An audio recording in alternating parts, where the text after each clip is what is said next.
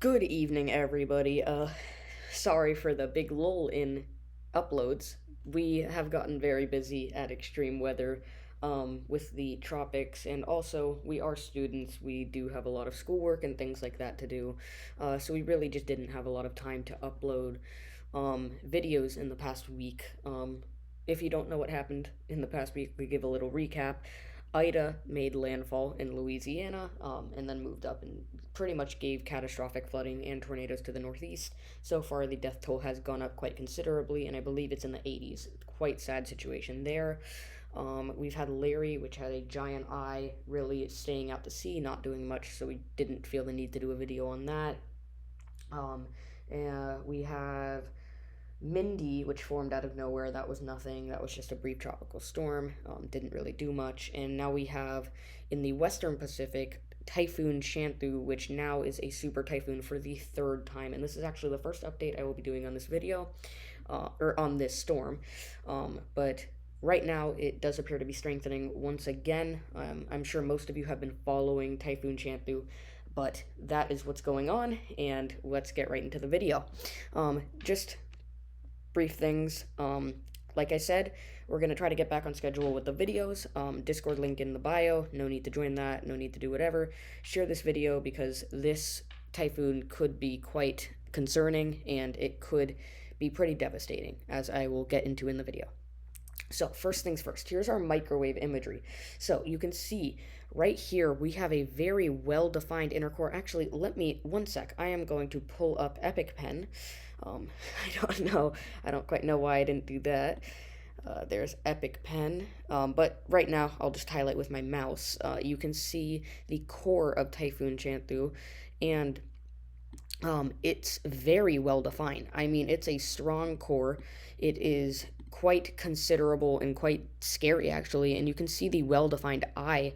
That is a microwave signature that you're really only going to see with some of the stronger typhoons and stronger storms that you get in the tropics. And it did have an eye wall replacement cycle earlier today that went very successfully for the storm, and you can see that right now there are no immediate signs of an eye wall replacement cycle. However, one could happen in the future due to this band, which could end up wrapping around the entire inner eye wall and causing an outer eye wall, which would then lead to a potential eye wall replacement cycle. But you can see all the banding and the outflow channels. It is a beautiful system, and it is a very photogenic one and a scary one.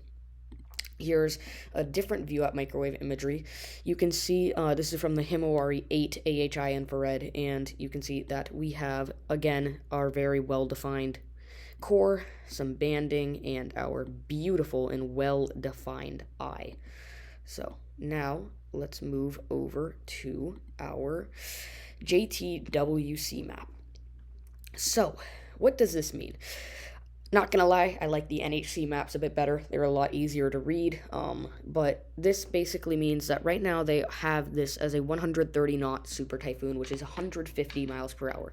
They are forecasting this to make a very near miss to the northern Philippines, the northern tip of Luzon, where the impacts will be felt, and I do believe that this could potentially make landfall in Luzon. However, I wouldn't necessarily think it's likely at this point. I think it's possible. I don't think it's going to necessarily happen. However, if you're in the northern tip of Luzon, you need to be watching this closely because regardless, you will get impacts. And I wouldn't be surprised if impacts are already starting at this point.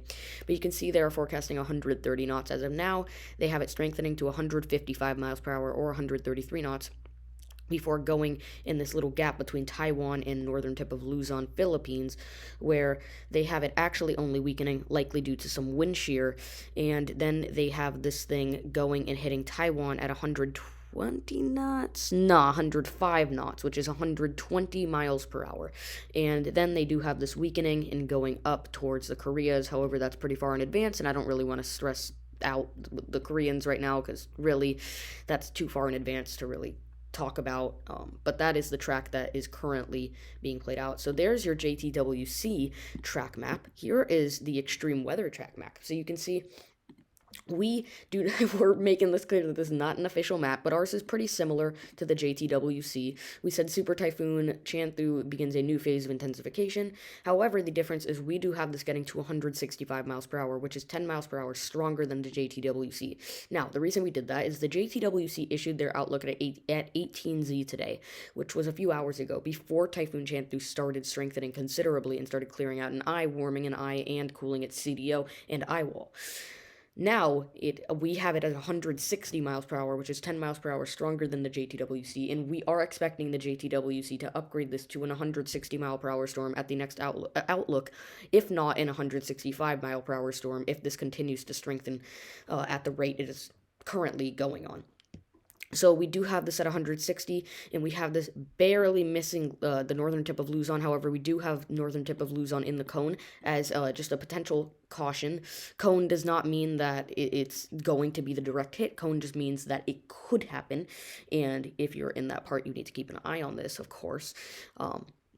But we can see that we have 160 right now, then we have it strengthening to 165 in probably the next 12 hours, then we have it moving in that little gap, 150 miles per hour, landfall at 125 miles per hour, which is 5 miles per hour stronger than the JTWC, and then we have it weakening accordingly, similarly to their map.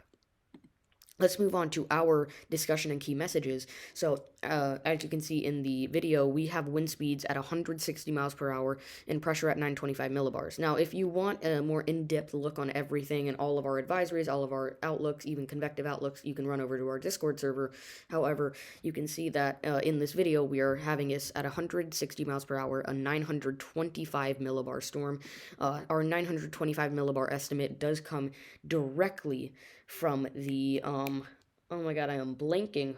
I just completely, ATCF. Oh my god, I don't know why I just blanked. The ATCF, they actually do have this at a 924.5 millibars, which does correspond if we round up to 925 millibars.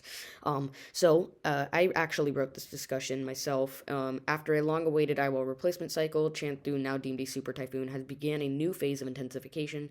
Trends are being monitored on different scales. Like I said, microwave, infrared, visible satellite, which I'll get to, and in recent hours, Chanthu's eye has been covered by deep convection as it was going through an eye wall replacement cycle. However, while its intensity lowered, it has now began to strengthen again, and we do have this back up to Category 5 on the Saffir-Simpson hurricane scale. A Taiwan landfall does appear inevitable, although we do not know where on Taiwan it will landfall. We're thinking somewhere in the central part. And a northern Luzon landfall is possible, however, we are not saying that that will happen quite yet. Now, let's move on to our CIDI, which is a cyclone index and cyclone intensity and devastation index.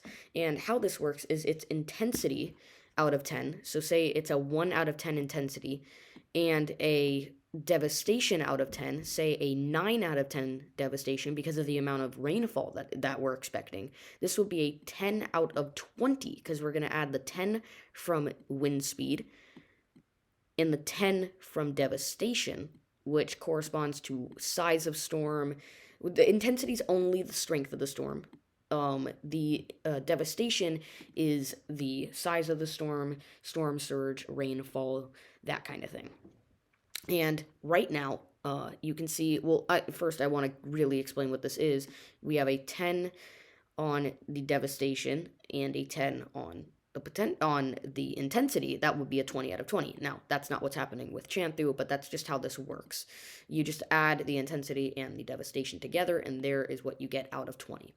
Now, here's our CIDI level. So, right now we have a 6 out of 10 for our intensity. And I know you guys were thinking, well, what are you talking about, Justin? This thing's a Category 5. No. It's a Category 5 now, but we're expecting it to weaken to a mid-range Category 3 once it makes landfall in Taiwan, which is where I am doing the CIDI scale. If we were talking about Luzon, I would have this at a much higher level. However, that is not a landfall at this point. We are talking about a landfall in Taiwan, and I have it at a 6 out of 11 on our intensity index and a 5 out of 11 on our devastation index, due to the fact that this will likely be a much weaker storm. Wind shear will be impacting it, and it likely won't bring as big of devastation, as big of impacts as if it was a Category 5 at landfall. So now let's move on to our beautiful satellite and infrared image. So here is our visible satellite imagery, and look at this beauty. Look at this beauty. I mean, you can it's a donut. Look at this beautiful CDO. It's so symmetrical. And this eye down here, I mean, you don't get better than that. My friend says it best. It's a whirlpool. It's literally a whirlpool. It's spinning like a top. It's got the perfect CDO and it's got a perfect eye. And you can see that it just looks so classic. And I'm gonna say something. It looks similar to a storm called Haiyan. However, in no way, shape, or form am I saying this will be Haiyan. This will be as devastating as Haiyan. This won't even make landfall in the Philippines, most likely. Even though it is looking like it's kind of moving this way. It could clip the northern part. But this will not be Haiyan. I'm just saying it kind of looks like that on visible imagery. Because it is just such a perfect looking storm. Here's our infrared. That's not infrared. Here's our infrared. You can see our insanely cold cloud tops all around its CDO. Perfect circle. Honestly, this is the best the storm has looked in its entire life, in my opinion. Its eye is almost a perfect circle again, and it's warming very rapidly. Its eye wall is symmetralizing and cooling rapidly. You don't get any better than that. Right now, I'm seeing raw T values at 7.5. 7.5, that is 180 miles per hour. Now, it's not 180 miles per hour. That's an overestimate. But 160, 165, maybe even approaching 170, that's a more fair estimate right now. And this will continue organizing and will continue to strengthen. There is nothing really impeding it right now. All right, that's going to do it for your update, everybody. This storm is a beauty. I'm going to try to make an update tomorrow if I don't have a bunch of homework. My teacher's being annoying, but that'll do it for tonight, guys. See y'all.